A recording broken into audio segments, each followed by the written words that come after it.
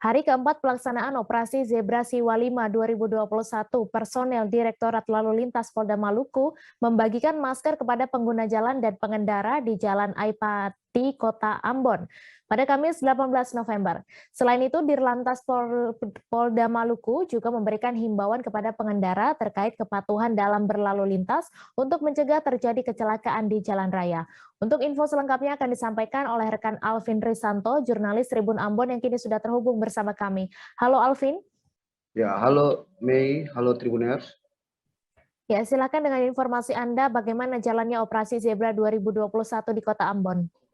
Ya, jalannya Operasi Zebra 2021 sendiri di Kota Ambon ini berlangsung aman dan lancar, di mana pihak kepolisian di Lantas Polda Maluku dan Polres Jajaran melakukan edukasi bagi pengguna jalan dan mengawasi penerapan protokol kesehatan bagi para pengguna jalan guna untuk memutus mata rantai. Dengan menerapkan protokol kesehatan ini, mereka bersikap secara humanis, simpatik, dan bertindak secara profesional bagi pengendara. Jadi pengendara yang melintasi tidak menggunakan masker, para petugas ini langsung memberikan masker dan memberikan himbauan kepada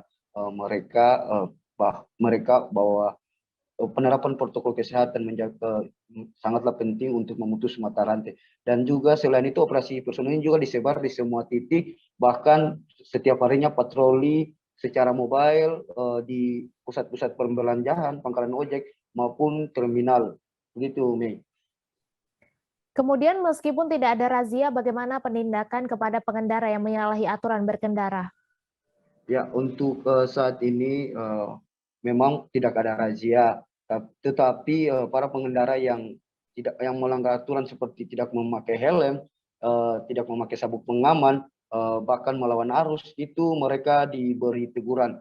Apabila 1 atau 2 kali masih melakukannya, maka mereka langsung akan ditindak. Tapi untuk para pengendara yang melakukan balap liar, terutama juga balap liar dan juga memakai knalpot racing, maka pengendara tersebut langsung ditilang dengan langsung membayar secara online di bank. Begitu, Mei. Kemudian menurut pantauan Anda di lapangan, apakah sejauh ini sudah ada pengendara yang ditilang terkait pelanggaran yang dibuat atau seperti apa?